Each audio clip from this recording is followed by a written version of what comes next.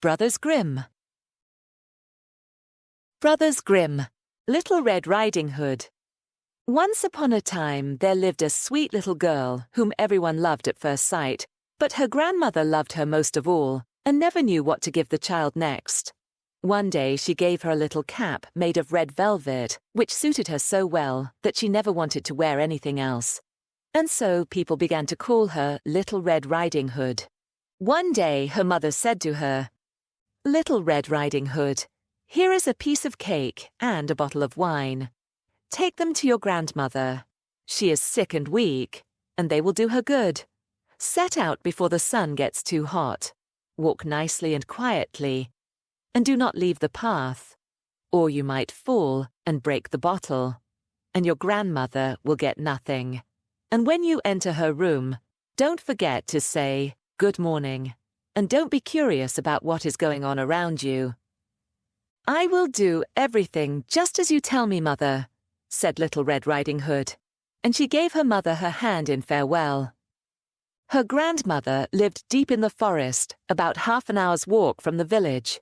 When Little Red Riding Hood entered the forest, she met the wolf. Little Red Riding Hood did not know what a wicked animal he was, and so she was not afraid of him. "Good day, Little Red Riding Hood," said the wolf. "Good day, Mr. Wolf. Where are you going so early, Little Red Riding Hood?" "To my grandmother's." "What are you carrying in your apron?" "Cake and wine. We baked the cake yesterday for my sick and weak grandmother, so that she may eat and regain her strength." "Where does your grandmother live, Little Red Riding Hood?" "Another quarter of an hour deeper into the forest. Her house stands under the 3 large oak trees, and below them are the hazel bushes. You must know the place," said Little Red Riding Hood. The wolf thought to himself, "That little tender girl is a fine bite, much better than the old woman. I must act cleverly so that I can eat both of them." He walked along with Little Red Riding Hood for a while, and then said, "Little Red Riding Hood, just look at the beautiful flowers all around you. Why don't you look about you? And I believe you don't even hear how sweetly the birds are singing. You walk straight ahead, as if you were on your way to school. But it is so cheerful here in the forest." Little Red Riding Hood looked up and saw how the sunbeams danced here and there through the trees, and how the ground was full of beautiful flowers. She thought, "If I bring grandmother a bunch of fresh flowers, she will be pleased. It is still early, so I will reach her in time." So she left the path and went into the forest to pick flowers. Every time she picked one, she saw another still more beautiful farther on, and she ran after it, going deeper and deeper into the forest. Meanwhile, the wolf ran straight to the grandmother's house and knocked on the door. "Who is there?" "Little Red Riding Hood," said the wolf. "I'm bringing you cake and wine. Open the door." "Press the latch," called out the grandmother. "I am too weak to get out of bed." The wolf pressed the latch. The door opened, and without saying a word, he went straight to the grandmother's bed and swallowed her whole. Then he put on her clothes, put her cap on his head, lay down in her bed, and pulled the curtains closed.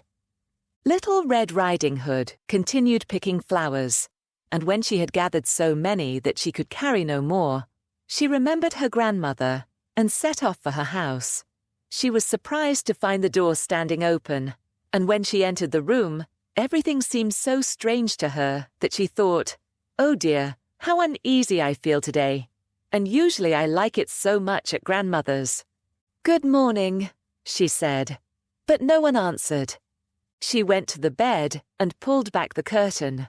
There lay her grandmother, with her cap pulled far down over her face, looking very strange. "Oh, grandmother, what big ears you have! The better to hear you with." "Oh, grandmother, what big eyes you have! The better to see you with." "Oh, grandmother, what big hands you have! The better to grab you with." "Oh, grandmother, what a big mouth you have! The better to eat you with."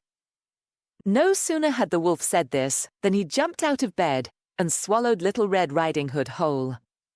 After satisfying his hunger, the wolf lay down again in bed, fell asleep, and began to snore so loudly that it could be heard outside.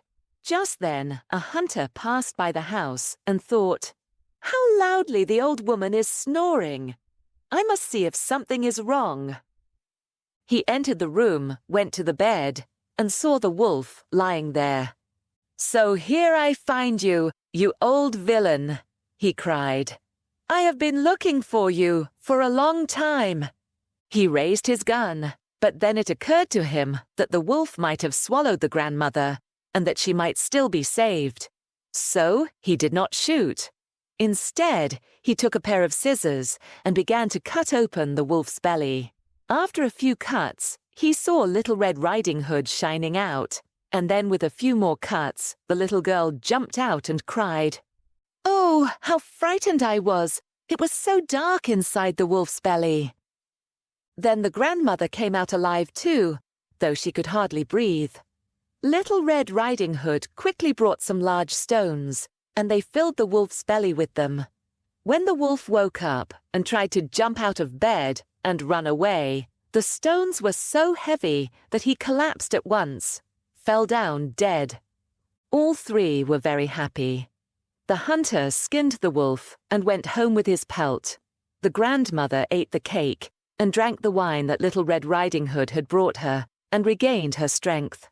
And Little Red Riding Hood thought to herself, "As long as I live, I will never leave the path and run into the forest when my mother has forbidden it." Some say that another time Little Red Riding Hood was again taking something baked to her old grandmother when another wolf spoke to her and tried to lure her from the path. But Little Red Riding Hood was on her guard, went straight ahead, and said to her grandmother that she had met a wolf who had wished her good day, but had looked very wicked. "If we hadn't been on the main path, he would surely have eaten me." "Come," said the grandmother, "let us lock the door so that he cannot come in." Soon afterward the wolf knocked and called out, "Grandmother, open the door. I am Little Red Riding Hood, and I am bringing you something baked." But they remained silent and did not open the door.